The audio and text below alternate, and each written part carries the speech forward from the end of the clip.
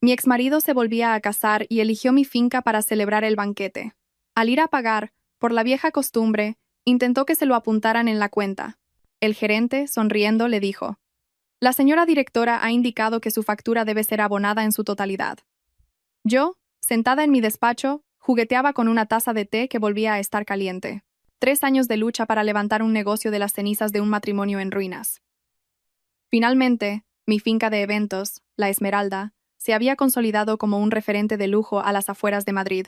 Unos golpes en la puerta interrumpieron mis pensamientos. Era Marcos, el jefe de sala más ágil y eficiente que jamás había formado.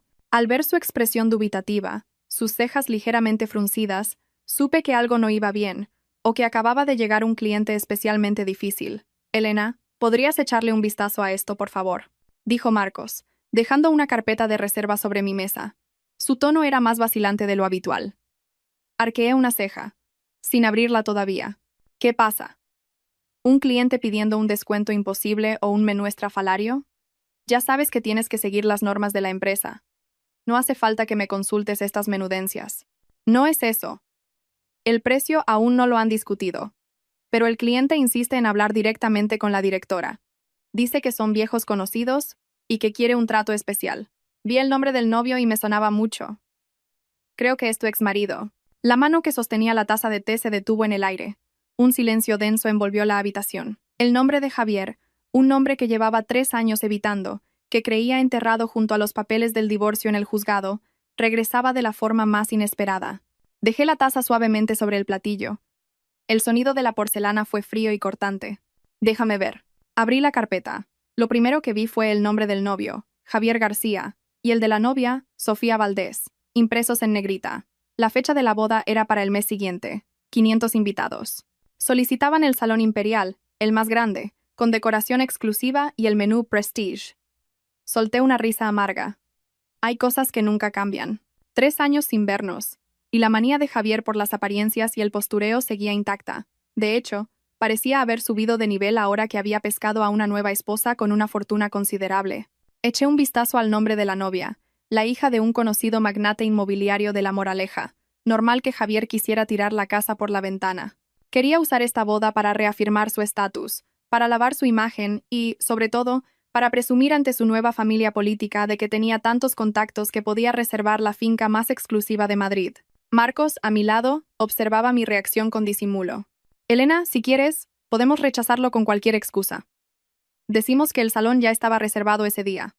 Tenerlo aquí puede ser incómodo para ti. Algunos de los empleados más antiguos conocen vuestra historia, y me temo que habrá cuchicheos». Levanté la vista hacia Marcos, con una calma que me sorprendió a mí misma. ¿Rechazarlo? ¿Por qué iba a hacerlo?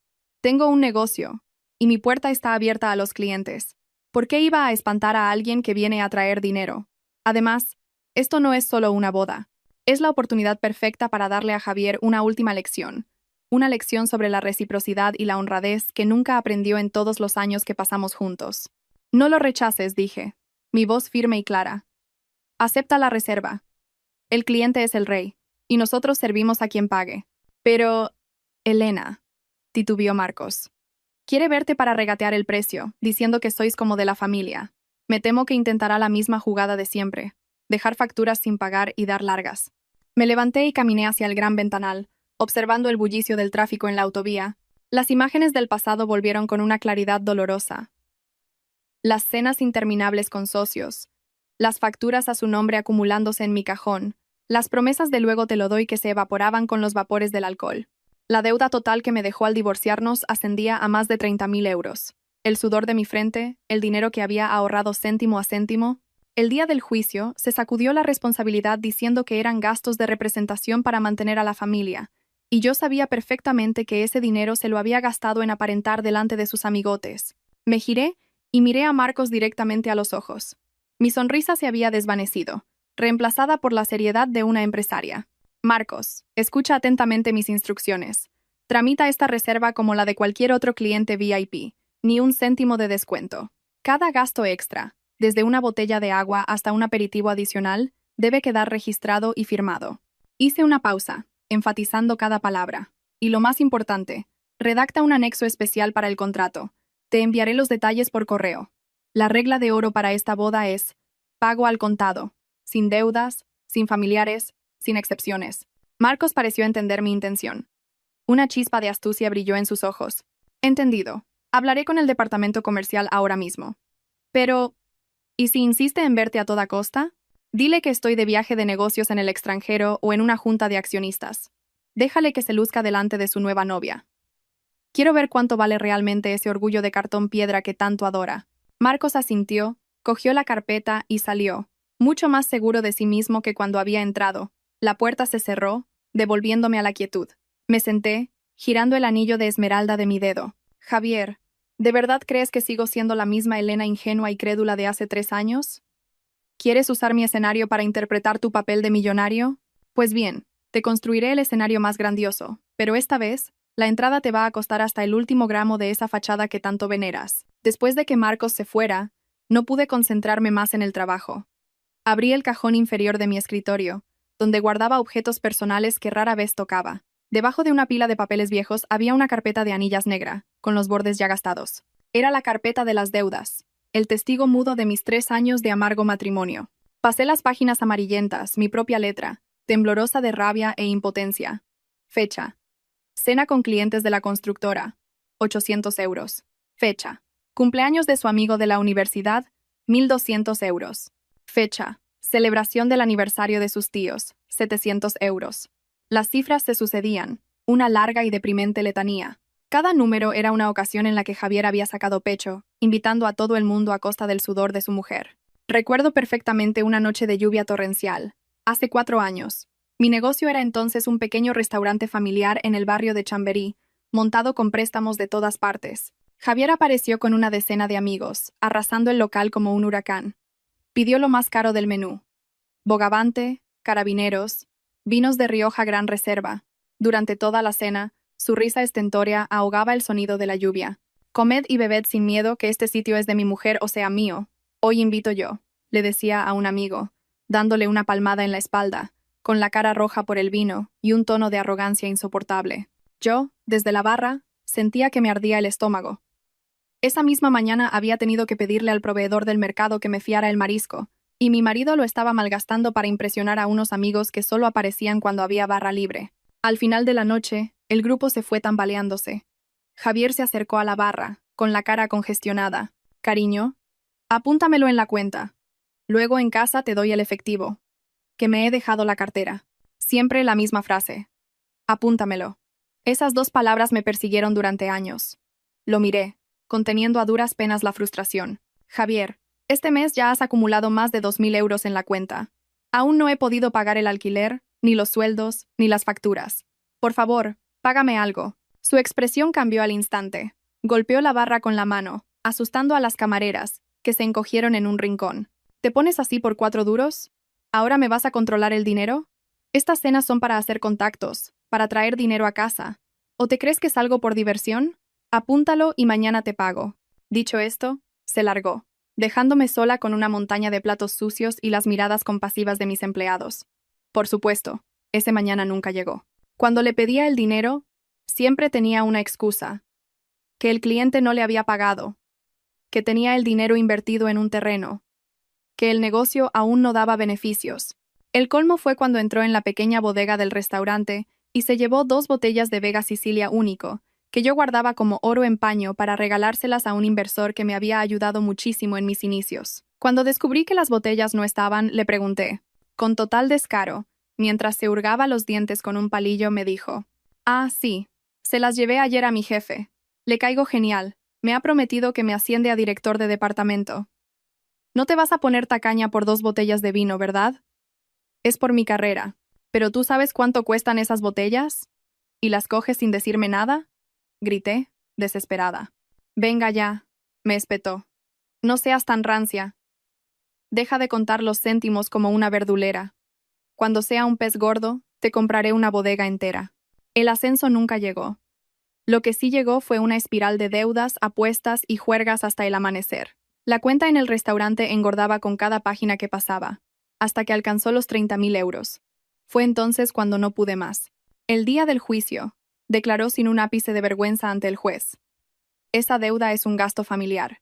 Comíamos y bebíamos para hacer contactos por el bien de la familia. Ahora que nos divorciamos, los bienes se dividen, las deudas también. ¿O te las quedas tú? Que el restaurante está a tu nombre. Me reí. Una risa amarga, desgarradora. Acepté cargar con toda la deuda a cambio de mi libertad, de sacarlo de mi vida lo antes posible. Consideré esos 30.000 euros como el precio de mi libertad, el coste de la ceguera de mi juventud. Cerré la carpeta y la tiré de nuevo en el cajón. Esos recuerdos ya no me dolían. Solo alimentaban mi desprecio por él. Pero esta vez era diferente.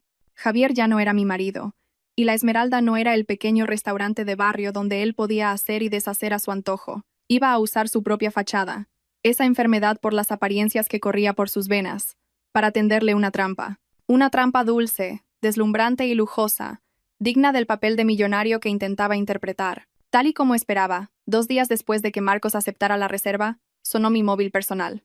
Un número desconocido. Pero al ver que terminaba en una combinación caprichosa de 7, supe de quién se trataba. A Javier siempre le habían obsesionado esas tonterías. Podía no tener un duro en el bolsillo, pero el número de móvil tenía que ser especial, y el coche, un Audi reluciente. Dejé que sonara 3 veces antes de contestar, con un tono neutro. Dígame. Hola, Elena, soy yo, Javier. ¿Qué tal estás? Te va de maravilla, ¿no? He oído que la Esmeralda es lo más de lo más en Madrid. Gracias, Javier. Estoy bien. El trabajo da para vivir. ¿A qué debo tu llamada? Voy a entrar en una reunión corté, sin darle pie a una conversación de cortesía. Javier se quedó en silencio un momento, probablemente sorprendido por mi frialdad, pero se recuperó enseguida. Bueno, es que me caso. Mi novia es de muy buena familia, gente de negocios. Quería celebrar el banquete en tu finca, para apoyar a los viejos amigos. Al fin y al cabo, donde hubo fuego, quedan cenizas. Quería darte la oportunidad de facturar un buen pellizco. Casi me echo a reír. ¿Darme la oportunidad? Hablaba como si me estuviera haciendo un favor. Sí, mis empleados me informaron. Gracias por confiar en la Esmeralda. Pero para la reserva, por favor, habla directamente con el jefe de sala. Son muy profesionales. Pero mujer, su tono se volvió impaciente. Te llamo a ti porque quiero cerrar el salón imperial. Los empleados me dicen que hay que reservarlo con 1 año de antelación. A ver qué puedes hacer.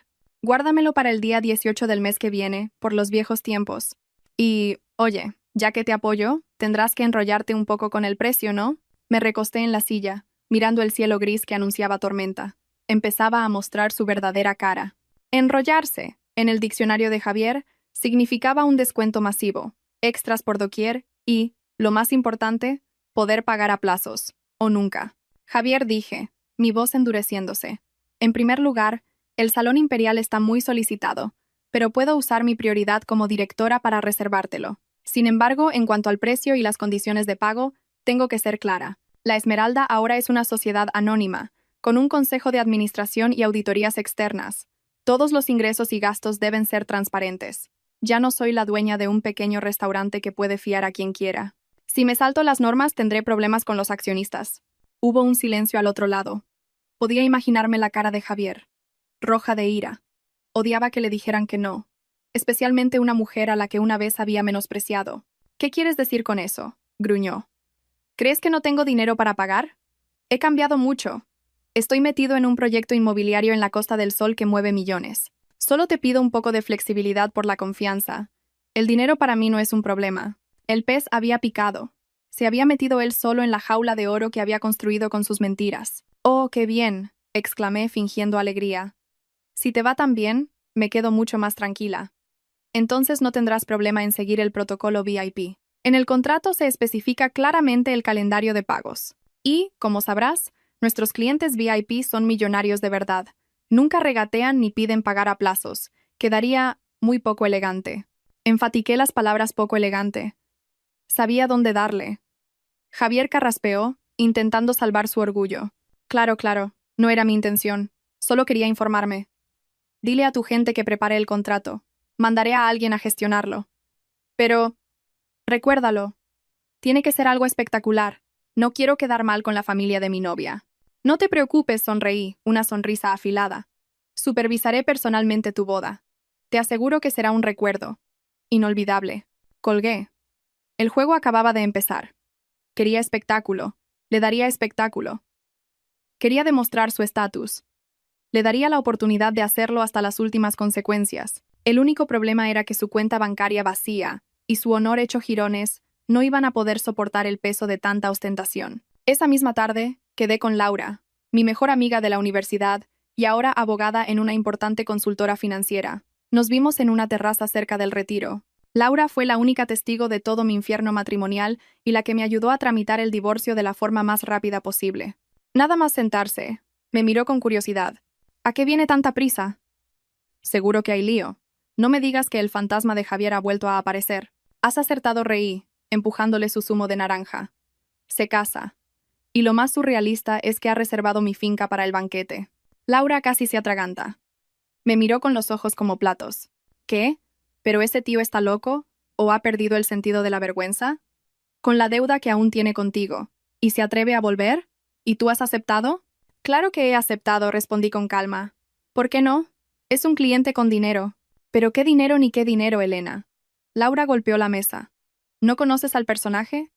Va a hacer la de siempre. Comer, beber y luego adiós muy buenas. ¿Piensas volver a hacer de ONG? ¿No te dolieron suficiente los 30.000 euros? Negué con la cabeza y saqué de mi bolso la vieja carpeta negra. La puse sobre la mesa y la abrí por la última página, donde estaba el total. No lo he olvidado, Laura. Recuerdo cada céntimo. Mira. Bautizo de su sobrino. 2.000 euros. Cumpleaños de su madre. 1.500 euros. Cena de su empresa fantasma. 3.000 euros. Todo pagado con mi esfuerzo. ¿Y cómo piensas cobrárselo? Suspiró Laura. No puedes demandarle. En el divorcio no incluiste esa deuda en el reparto de bienes. Sin un papel firmado, no tienes nada que hacer. No quiero el dinero en efectivo, la miré fijamente. Sé que no tiene 30.000 euros para darme. Pero esta vez, voy a cobrarme la deuda de otra forma. Me la voy a cobrar en honor. Laura me estudió un momento y luego entornó los ojos. ¿Qué estás tramando? Cuéntamelo. Necesito que me hagas un favor. Investiga su situación financiera actual. Sé que tienes contactos en los bancos. Laura asintió y sacó el móvil. Hizo un par de llamadas. Unos 15 minutos después, volvió con una expresión que era una mezcla de seriedad y entusiasmo. Elena, tenías razón. Noticia de última hora. Javier está en la lista de morosos de ASNEF. Se ha fundido el crédito pidiendo préstamos al consumo en todas las financieras posibles. Ningún banco le da ya ni un euro. Y el proyecto inmobiliario del que presume. Es un simple comercial a comisión en una promotora. Con el mercado como está, debe de estar pasando más hambre que un maestro de escuela. Asentí. La última pieza del puzzle había encajado. Estaba desesperado.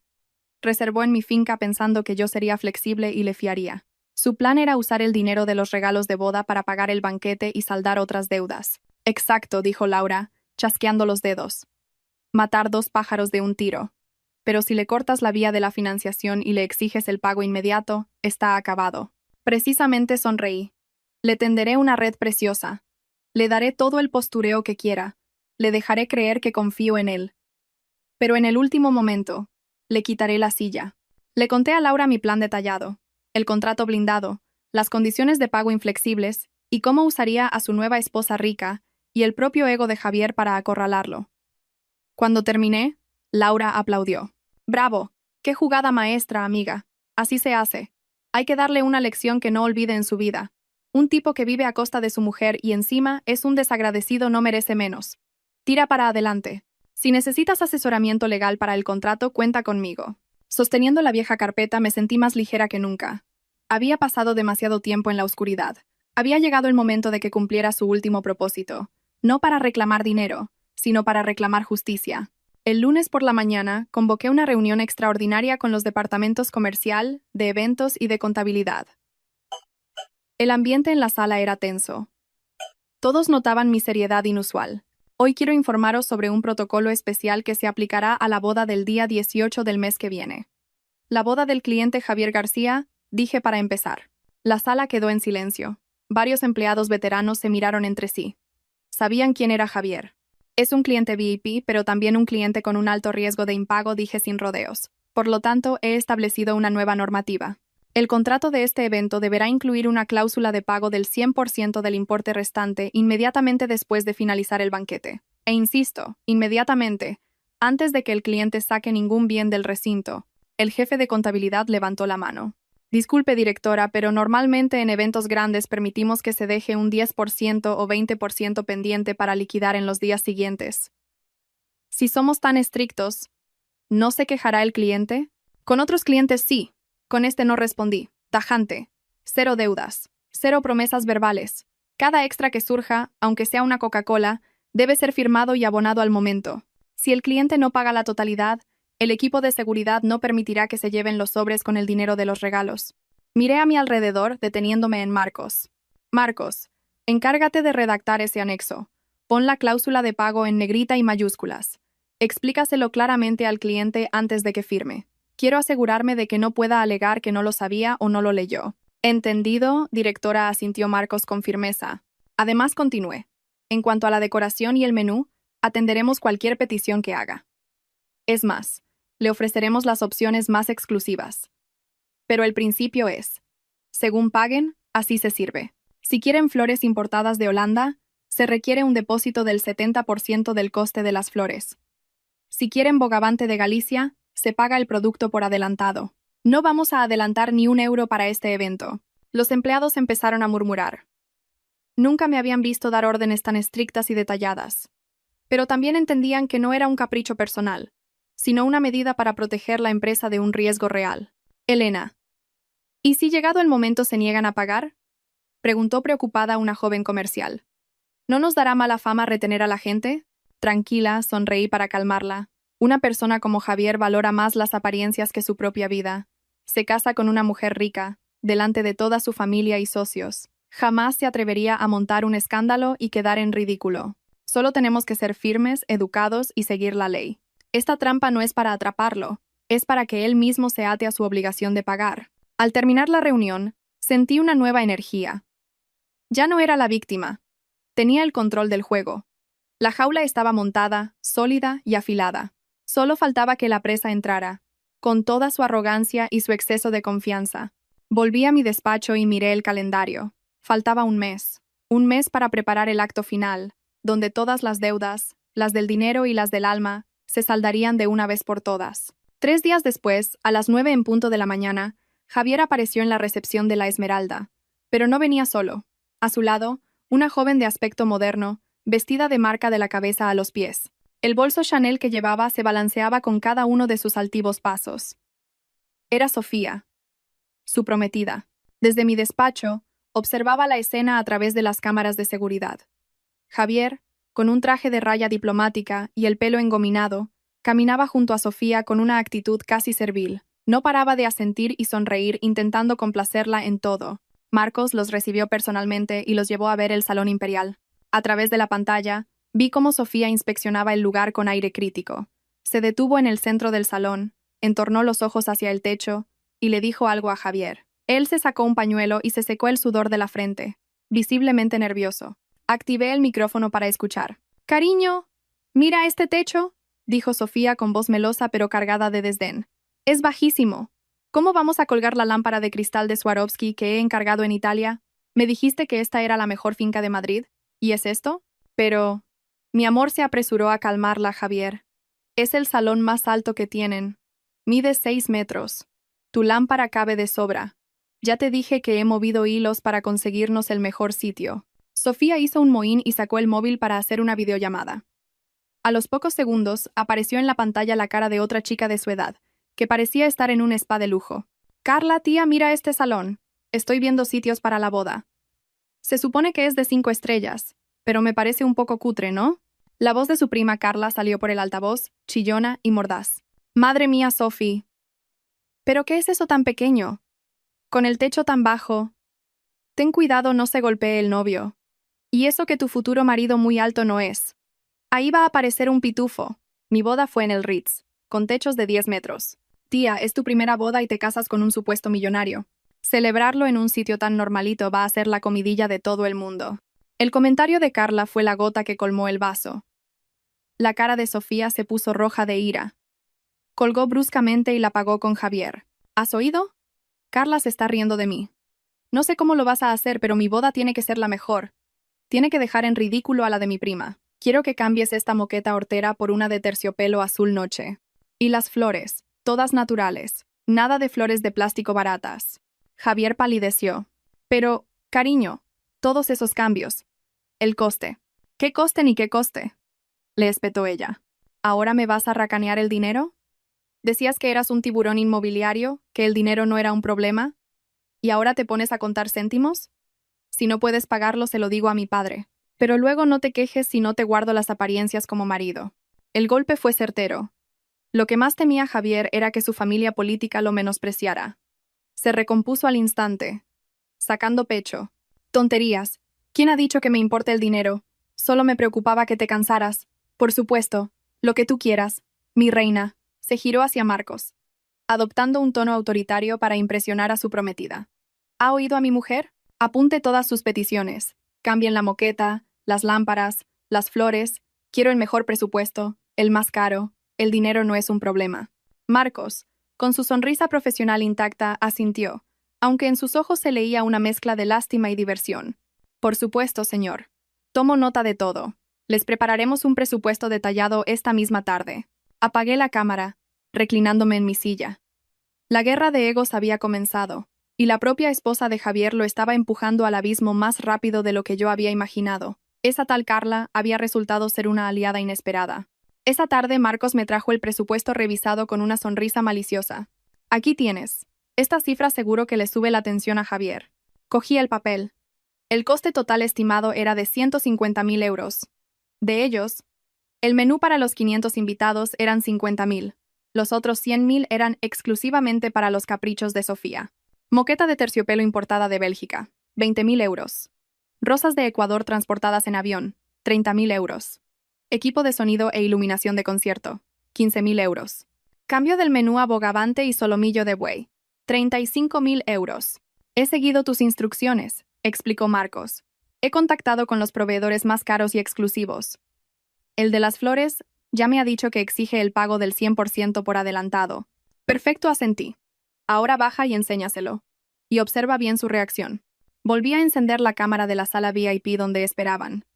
Cuando Marcos les entregó el presupuesto, vi cómo a Javier le temblaban las manos. Abrió los ojos como platos al ver la cifra final. ¿Pero qué es esto?, tartamudeó. ¿150.000 euros? ¿Estáis locos o queréis timarme? Sofía le arrebató el papel, lo hojeó y asintió.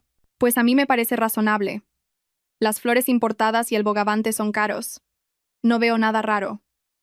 ¿O es que no tienes dinero? La pregunta de Sofía fue como un jarro de agua fría. Javier se apresuró a negarlo, forzando una sonrisa. ¿Qué va a hacer eso? Dinero es lo que me sobra. Solo era una pregunta, por saber cómo está el mercado. Si a ti te gusta, está perfecto. Se giró hacia Marcos, intentando mantener la compostura, aunque el sudor le perlaba la frente. ¿De acuerdo? Aceptamos este presupuesto. Pero, oye, por la amistad con Elena, a ver si podéis ajustar un poco el precio o darme facilidades de pago. Marcos negó con la cabeza, con amabilidad pero con firmeza. Lo siento, señor García. La directora fue muy clara. Al tratarse de productos de importación y alimentos de alta gama, no podemos aplicar descuentos. Además, la política de la empresa para los paquetes Prestige como este es un depósito del 50% al firmar el contrato, y el 50% restante justo al finalizar el evento. ¿50%? Exclamó Javier. O sea, 75.000 euros ahora mismo. Así es, respondió Marcos, acercando el datáfono. Puede pagar con tarjeta o por transferencia. Vi cómo Javier tragaba saliva, miró a Sofía, pero ella seguía absorta en su móvil. Sabía que se había subido a un tigre y ya no podía bajar. Su orgullo de macho no se lo permitía. Pidió salir un momento para atender una llamada. Supuse que estaría llamando a diestro y siniestro para pedir dinero prestado. Volvió a los 15 minutos, algo más relajado pero todavía ansioso. Oye, Marcos le susurró. Te soy sincero. Tengo el dinero bloqueado en una inversión y no puedo sacarlo ahora. Puedo dejarte un 30% de señal, unos 45.000 euros. ¿Y el resto lo voy pagando? Con Elena tengo confianza. Seguro que no pone problemas. Marcos miró a la cámara, pidiendo mi aprobación. Le envié un mensaje. Acepta el 30%, pero que firme el anexo del contrato que le obliga a pagar el 100% al final, sin excepciones. Marcos leyó el mensaje y asintió. De acuerdo. En consideración a que es un viejo conocido de la directora, aceptaremos un 30% de depósito, pero le ruego que firme este anexo, donde se compromete a abonar el importe restante, más cualquier gasto adicional, al término del banquete. Un retraso en el pago conllevará un interés de penalización del 20% sobre el total. Javier, al ver que aceptaban un depósito menor, se iluminó. Pensó que Elena todavía le guardaba cierto afecto, o que al menos no se atrevería a ser tan dura. Firmó el contrato sin leer la cláusula de penalización. En su cabeza ya estaba haciendo cálculos. Firmo y ya está. El día de la boda, con el dinero de los sobres, pago lo que pueda. Si falta, ya le pediré que me lo fíe. Soy su exmarido, no me van a echar a la calle. Suspiró aliviado y sacó varias tarjetas de crédito. Tuvo que pasar 3 de ellas para reunir los 45.000 euros. Lo observé desde la pantalla con una sonrisa de desdén. Vaya millonario, pagando la señal de su boda a base de tarjetas de crédito. En cuanto vio el pago confirmado, Sofía se levantó. Vámonos, cariño, que he quedado en el centro de estética. Y asegúrate de que el arco de flores quede espectacular. Se fueron. Javier caminaba con las piernas temblorosas. Su aire arrogante del principio se había esfumado, reemplazado por el peso de una deuda colosal. No sabía que la firma que acababa de estampar era la sentencia de muerte del poco honor que le quedaba. Creía que ya no habría más sorpresas hasta el día de la boda, pero 3 días después, recibí una visita inesperada. Era Pilar, la madre de Javier, mi ex-suegra. Apareció con su estilo inconfundible, un vestido de seda brillante, un collar de oro que parecía un ancla y un cesto de fruta que se notaba comprado a toda prisa en el mercado. Entró directa a la recepción. ¿Dónde está Elena? Decidle que ha venido su ex-suegra a verla. La recepcionista, nerviosa, me llamó. Suspiré. Sabía que era inevitable, así que le dije que la hiciera subir. Nada más entrar, Pilar dejó la cesta de fruta sobre la mesa y corrió a cogerme las manos, con una efusividad que contrastaba con los 3 años de glacial despedida. «Ay, Elenita, hija, qué guapa estás, qué elegante. Casi no te reconozco». Retiré mis manos con suavidad y la invité a sentarse. «Hola, Pilar. ¿Qué tal? ¿Viene de visita o necesita algo?» Pilar se sintió un poco incómoda al ver que la trataba de usted, pero lo ignoró. «Ay, qué formalidad. Si hemos sido familia». Me dijo Javier que celebraba la boda aquí, y me alegré tanto. Me alegro por ti, porque te va bien, y porque aunque os hayáis separado, seguís siendo amigos. Sonreí con amargura mientras le servía un vaso de agua. Javier es un cliente, y yo le ofrezco mis servicios. Negocios, ya sabe. Pilar dio un sorbo, inspeccionando mi despacho como si lo estuviera tasando, y fue al grano. Claro, claro. Yo misma le dije a Javi que tenía que apoyarte. Oye, hija, entre nosotras. Mi hijo se gasta un dineral en esta boda. A ver si puedes hacerle un descuentillo, como regalo de bodas. Un 20% estaría bien, por los viejos tiempos. La miré, sintiendo un profundo desprecio. Cuando fui su nuera, nunca me trató como a una hija. Criticaba cada euro que gastaba en la compra, y se quejaba de que yo, una chica de provincias, no estaba a la altura de su hijo. Ahora que me veía con dinero, volvía con el cuento de la familia. Pilar, me encantaría ayudar, pero las normas de la empresa no me lo permiten.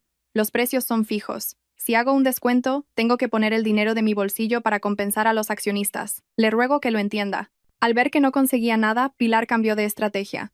Sacó de su enorme bolso un montón de táperes de plástico viejos y los puso sobre la mesa. Bueno, si no hay descuento no pasa nada. Pero te pido un favor. El día de la boda, con tanto plato bueno. El bogavante, el solomillo. Seguro que sobra comida. Dile a los camareros que lo que sobre en las mesas me lo metan en estos táperes. Así se lo llevo a mis sobrinos del pueblo para que prueben algo bueno. Es una pena tirar la comida. Me quedé mirando los táperes grasientos sobre mi elegante mesa de cristal. La tacañería de Pilar era de otro nivel. ¿Pretendía convertir la boda de lujo de su hijo en una recogida de sobras? Mi paciencia se agotó.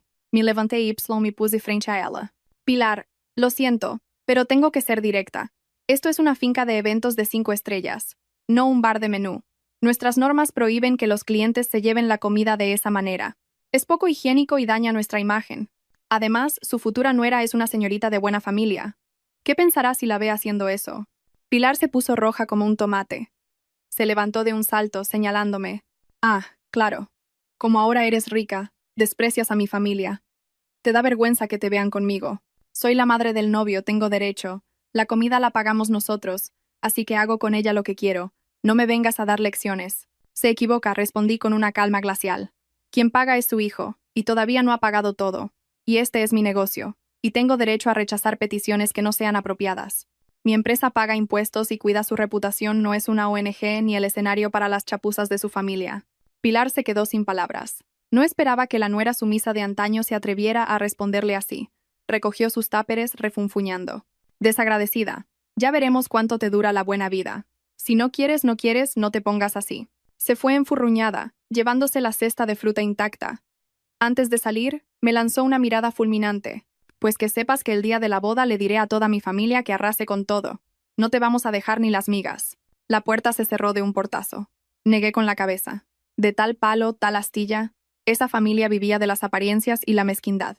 Este encuentro solo reafirmó mi decisión de darles una lección inolvidable. Llamé a Marcos. Marcos, avisa a seguridad. El día 18, que refuercen la vigilancia en el salón. Que no dejen entrar a nadie con bolsas o táperes para llevarse comida. Si ven a alguien intentándolo, que le llamen la atención con educación pero con firmeza. No quiero que la Esmeralda parezca un mercadillo. Entendido, directora, respondió Marcos. Decidido. Miré por la ventana. Empezaba a llover. La lluvia limpiaría el polvo de la ciudad. Pero la suciedad del alma de algunas personas no se limpia con agua. Solo la cruda verdad y las lecciones caras pueden quizás hacerles despertar. Y esa lección estaba a punto de llegar. Para preparar el acto final, no podía permitir ni el más mínimo error. La lección de mi matrimonio fue que con gente como Javier, las palabras se las lleva el viento. Solo lo que está escrito tiene valor. A la mañana siguiente, reuní al equipo de eventos. Escuchadme bien, dije, golpeando la mesa con un bolígrafo. Desde este momento hasta que termine la boda, cualquier petición de cambio, mejora o gasto extra por parte de los novios debe ser confirmada por escrito. Un mensaje de WhatsApp, un email, lo que sea, pero necesito una confirmación. Se acabaron los acuerdos verbales. Un comercial joven levantó la mano. Pero Elena, la novia Sofía, cambia de opinión cada 5 minutos. El otro día me escribió a medianoche para cambiar el tipo de champán y a la mañana siguiente me dijo que no. Si le pedimos que lo firme todo, se va a molestar. Pues tendrá que molestarse, afirmé. Le decís contacto que es el procedimiento contable para proteger sus propios intereses y evitar malentendidos, especialmente con los gastos grandes. Haced una captura de pantalla de su confirmación y la adjuntáis al expediente. Si luego lo niegan, tendremos las pruebas. Tal como predije, a medida que se acercaba la fecha, Sofía se volvía más caprichosa. La presión por superar a su prima Carla la estaba desquiciando. 2 días después, a las 11 de la noche, le escribió a Marcos pidiendo cambiar los bombones del postre por unos de chocolate belga artesanal con sus iniciales bañadas en oro comestible. Gasto extra, 4.000 euros. Marcos, siguiendo mis órdenes, le envió un email confirmando el coste y pidiendo su aprobación. Sofía, acostumbrada a gastar sin mirar, respondió con un escueto: «Ok, adelante». Todos esos mensajes de ok y adelante fueron impresos y archivados en una carpeta que cada día era más gruesa. Eran las pruebas irrefutables que Javier no podría negar cuando viera la factura final. Una semana antes de la boda, Javier vino a firmar el último anexo del contrato. Venía solo, con aspecto cansado y ojeras. El estrés de conseguir dinero y aguantar a su prometida le estaba pasando factura. Marcos le presentó el documento. «Señor García, por favor, revise esto. Es el resumen de todos los servicios adicionales que ha solicitado la señora Sofía. La torre de copas de champán, el cuarteto de cuerda, los regalos para los invitados. El coste total actual es de 160.000 euros. Ya abonó 45.000 de depósito, por lo que el importe pendiente de pago tras el evento es de 115.000 euros». Javier cogió el bolígrafo con mano temblorosa, pero intentó parecer tranquilo. Repasó las cifras, seguramente mareado, pero se mantuvo firme. «De acuerdo, entendido. Que todo esté perfecto. El dinero ya lo tengo preparado, no os preocupéis». Marcos señaló la frase en negrita al final del documento. «Firme aquí también, por favor. Es la cláusula que le compromete a liquidar el pago completo antes de las 22 del día del evento. El incumplimiento conllevará intereses de demora y las medidas que la empresa considere oportunas». Javier chasqueó la lengua, molesto. «Qué pesados con el dinero. Ya te he dicho que está todo controlado. Parecéis nuevos, con la confianza que tenemos». A pesar de sus quejas, firmó. Su firma era un garabato apresurado, como si quisiera huir de la realidad. Lo observé por la cámara. Vi el cálculo en sus ojos. 500 invitados. Estaba pensando en los sobres. Calculaba que, como mínimo, sacaría 100.000 euros de los regalos, más lo que pusiera la familia. Con eso pagaría la mayor parte, y si faltaba un poco, ya lo negociaría. Nadie se atrevería a amargarle la noche de bodas a un novio. Pero Javier se equivocaba. Se olvidaba de que la mayoría de sus invitados eran amigos de juerga y socios de medio pelo como él, y el dinero de los invitados de la novia lo recogerían sus suegros. Él no iba a ver ni un céntimo. Estaba contando los pollos antes de nacer. La noche antes de la boda, el salón imperial era un hervidero de actividad. Mi equipo trabajaba a contrarreloj. Yo misma supervisé cada detalle. Todo tenía que ser perfecto, no por Javier, sino para que nadie pudiera poner una sola pega a mi servicio. Sobre las 9 de la noche, Sofía apareció con otra chica. Era Carla, su prima. Carla recorrió el salón con la mirada, buscando fallos. «Oye», Sophie dijo en voz alta, «estas rosas rojas son un poco oscuras, ¿no? Parecen viejas. En mi boda puse flores en tonos pastel, mucho más elegante. Este rojo es un poco de pueblo». Sofía, que hasta ese momento estaba encantada, cambió de expresión. Miró las rosas que ella misma había elegido y de repente le parecieron horribles. La envidia la cegó. «¡El encargado!», gritó. «¡Que venga el encargado!». Marcos acudió corriendo. «Dígame, señora Sofía». «Cámbialo todo», señaló el arco de flores. «Quiero que quites todas estas rosas y pongas tulipanes blancos y orquídeas. No quiero ver este color tan vulgar». Marcos se quedó de piedra. «Pero señora, son las 9 de la noche. Ya está todo montado según el contrato que aprobó.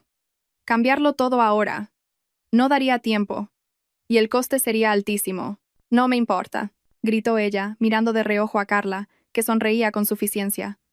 «Yo pago, vosotros trabajáis. Como mañana vea una sola de estas flores, monto un escándalo». «Claro que sí, tía», añadió Carla. «Una se casa una vez en la vida. Tu marido es un magnate. ¿Qué más le da?». Sofía, envalentonada, llamó a Javier. No oí lo que él decía, pero ella gritaba, «No me importa cómo lo hagas. O traes el dinero o cancelo la boda». 15 minutos después, Javier llegó corriendo, sudando a mares. Vio a Carla y entendió la situación. Intentó razonar con Sofía, pero ante la mirada de desprecio de su prometida y la sonrisa burlona de su prima, cedió una vez más. Se acercó a Marcos, derrotado. «Haz lo que ella quiera. Añade el coste a la factura final».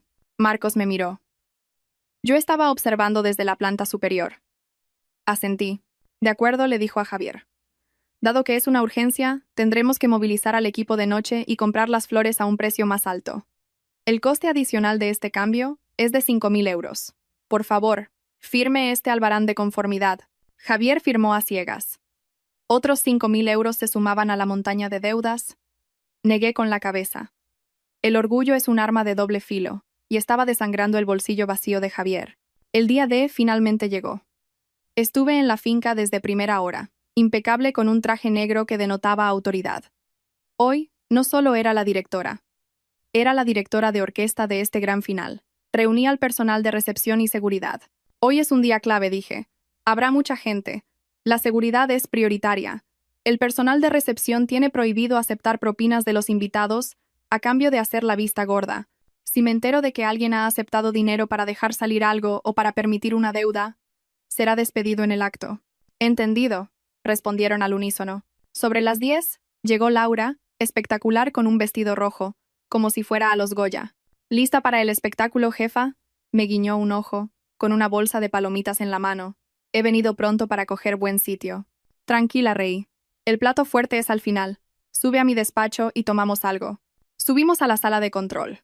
Las pantallas mostraban un salón imperial deslumbrante, decorado con tulipanes blancos y orquídeas.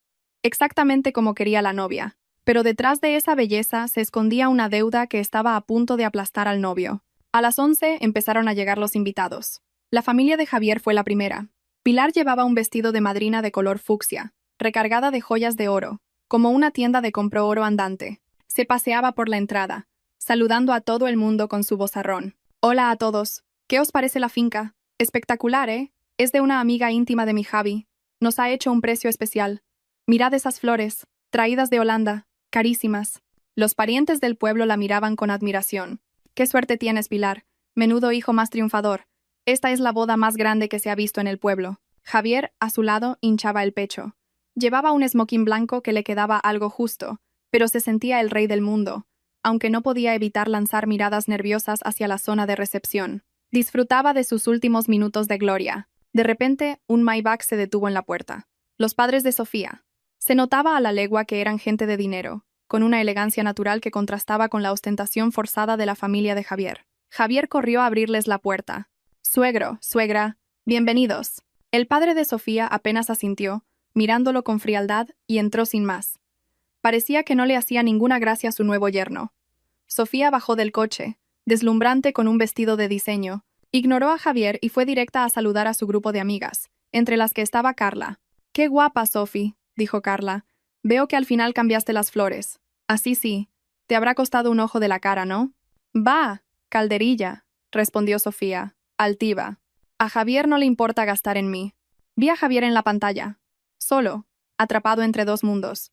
Su familia humilde que lo idolatraba y su familia política rica que lo despreciaba. Era un títere en un escenario a punto de derrumbarse. Y yo, que movía los hilos, estaba a punto de dar el tirón final. El banquete transcurrió entre música y brindis. Laura y yo lo veíamos todo desde la sala de control. Los platos desfilaban. Crema de carabineros, bogavante a la plancha, solomillo de buey, un derroche de lujo. En el escenario, Javier dio un discurso. Habló de amor, de gratitud, pero sobre todo, de su éxito. Gracias a todos por acompañarnos. Disfrutad de la mejor comida, del mejor vino. Vuestra satisfacción es mi mayor éxito. Salud. Hablaba con soltura, pero sus ojos delataban su pánico cada vez que miraba hacia la puerta, donde mi equipo de seguridad permanecía impasible. Abajo Pilar iba de mesa en mesa. Comed, comed sin miedo. Este bogavante lo ha traído mi Javi de Galicia. Cuesta un dineral, pero para mi hijo no hay nada demasiado caro. Mientras tanto, en una mesa cercana, la madre de Sofía se quejaba a un camarero. «Oiga, ¿esta servilleta no está bien doblada? Y sírvame más vino, no sea tacaño. Vaya servicio para ser un sitio de 5 estrellas». La cámara captó una conversación en la mesa 18, la de los amigos de Javier. Uno de ellos, al que apodaban Lobo, un antiguo amigo al que Javier había estafado en un negocio fallido, comentaba en voz alta: «¿De verdad os creéis que este tío es rico? Pero si está más pelado que una rata.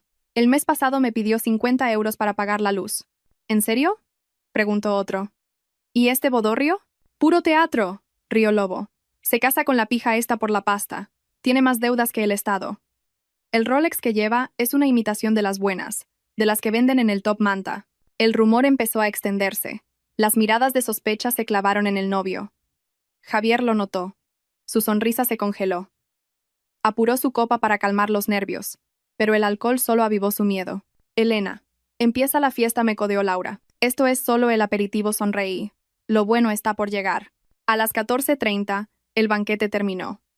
Los invitados se despedían. Javier, en la puerta, con la cara roja por el alcohol y la tensión, no quitaba ojo de la urna de los sobres, vigilada por 2 de sus primos. En cuanto salió el último invitado, les hizo una seña.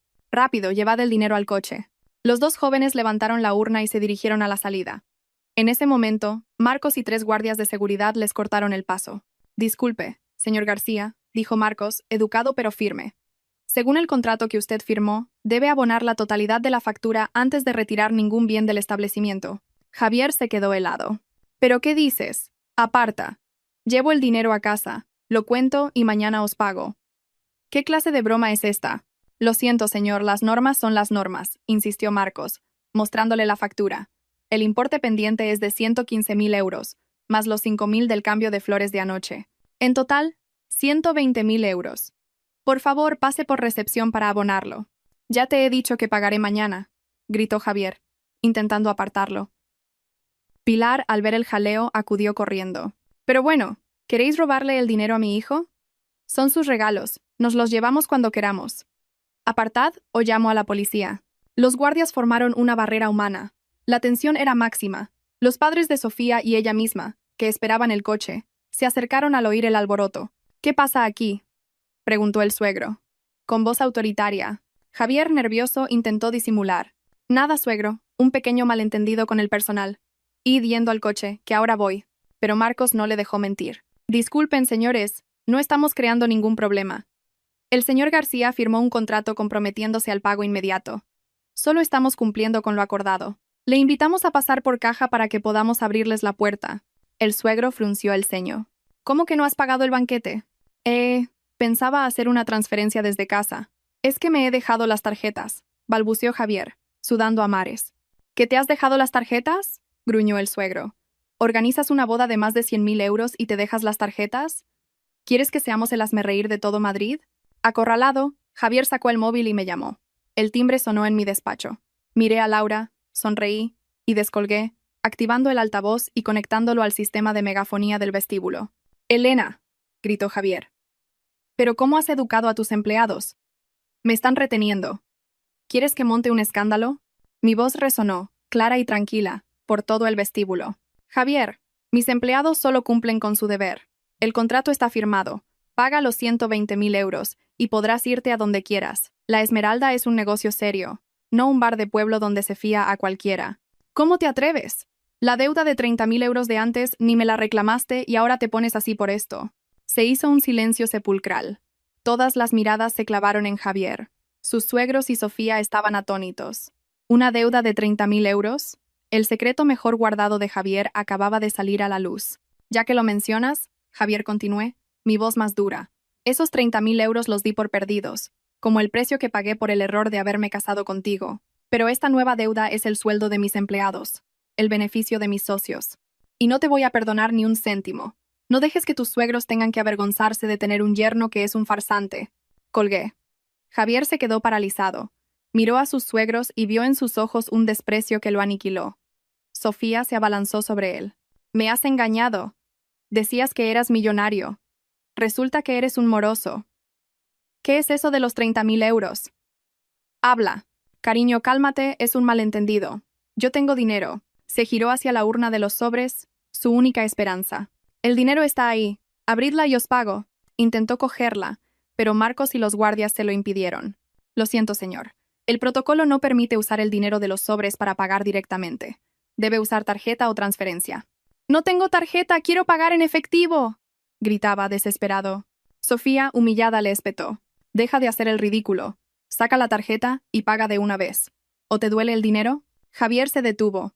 Miró a Sofía, a su suegro, y supo que no había salida. Temblando, sacó su cartera y extrajo las tarjetas de crédito que sabía que estaban al límite. Prueba con esta, susurró, entregándosela al recepcionista. Marcos la pasó por el datáfono. Un pitido agudo. Transacción denegada. Saldo insuficiente. Marcos negó con la cabeza. Javier le dio otra. Denegada. Y otra.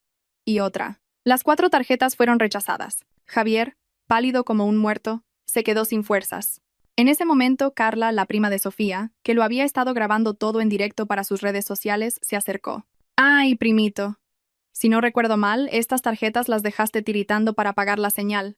Así que pagaste el depósito con lo último que te quedaba. Y ahora pretendes pagar 120.000 euros con ellas. ¡Qué valiente! El comentario fue la puntilla. La gente empezó a reírse y a cuchichear. ¡Qué vergüenza! Se ha quedado sin un duro para pagar la señal. Pobre Sofía, casarse con un estafador. Pilar intentó defenderlo. Callaos. Mi hijo se olvidó de ingresar dinero. Dadme los sobres y pago yo. Pero el padre de Sofía la detuvo en seco. Ni se le ocurra tocar eso. El dinero de esos sobres es de mis amigos y socios. Un regalo para mi hija. Su hijo prometió que se encargaba de todo. Si no tiene dinero, es su problema. Mi familia no se relaciona con estafadores. Sofía, llorando, miraba a Javier con odio. Vete. No quiero volver a verte en mi vida. Javier se arrodilló, abrazándose a sus piernas. Sofía, por favor, ayúdame. Paga tú esta vez. Te juro que te lo devuelvo. ¿Qué me vas a devolver? Le apartó de una patada. No tienes nada. Eres un mentiroso. La escena era patética. Desde mi despacho sentía más lástima que satisfacción. El precio de las apariencias es más caro que cualquier banquete de lujo. Finalmente, para acabar con el bochorno, Sofía le dijo a su padre. Papá, déjame tu tarjeta, pago esto y nos vamos. El hombre sacó su American Express Centurion y se la dio. Sofía la tiró sobre el mostrador. Cobra. Y rápido. Marcos procesó el pago. Transacción aceptada. Sofía firmó, arrugó el recibo y se lo tiró a la cara a Javier, que seguía en el suelo. Toma. Y que sea la última vez que te veo. Mañana mi abogado te enviará los papeles del divorcio. Se fue, seguida de toda su familia. Carla, antes de irse, sonrió a la cámara de su móvil, terminando su retransmisión. En el vestíbulo solo quedaron Javier, su madre y la urna con los pocos sobres de sus parientes. Pilar lloraba a gritos. Javier estaba en estado de shock. En mi móvil recibí la notificación. Más 120.000 euros. Abrí el cajón y saqué la vieja carpeta. En la última hoja escribí: fecha. Deuda de 30.000 euros saldada con honor y dignidad. Paz. Arranqué esa página y junto con el resto de la carpeta la metí en la destructora de papel. El zumbido de la máquina triturando los malos recuerdos fue liberador. Se acabó, le dije a Laura. Felicidades, amiga, me abrazó. Por la libertad. Esta noche lo celebramos. Pero nada de lujos. Nos vamos a la Latina, A tomar unas cañas y unas tapas como Dios manda. Sonreí. Apagué las luces de mi despacho. Salimos, dejando atrás el lujo de la Esmeralda y la humillación de mi exmarido. Afuera, la lluvia había cesado. El aire era fresco y limpio. Respiré hondo, saboreando la dulce sensación de la libertad y la paz. Mi vida por fin empezaba un nuevo capítulo. Estimados oyentes, la historia que acabamos de narrar no es simplemente un drama sobre el matrimonio y la venganza. Es una lección sobre el verdadero valor de una persona en una era donde las apariencias lo son todo. El personaje de Javier representa un estilo de vida basado en la fachada, en usar un brillo prestado para ocultar un vacío interior. Creyó que podía hipotecar su honor a cambio de su ego, pero olvidó una ley fundamental de la vida. Lo que se compra con dinero tiene un precio. Pero el honor, una vez vendido, no se puede recuperar. Solo la autenticidad y el esfuerzo personal construyen un valor duradero. Cualquier máscara, por muy brillante que sea, tarde o temprano acaba cayendo bajo la luz de la verdad. Gracias por su atención. Hasta la próxima.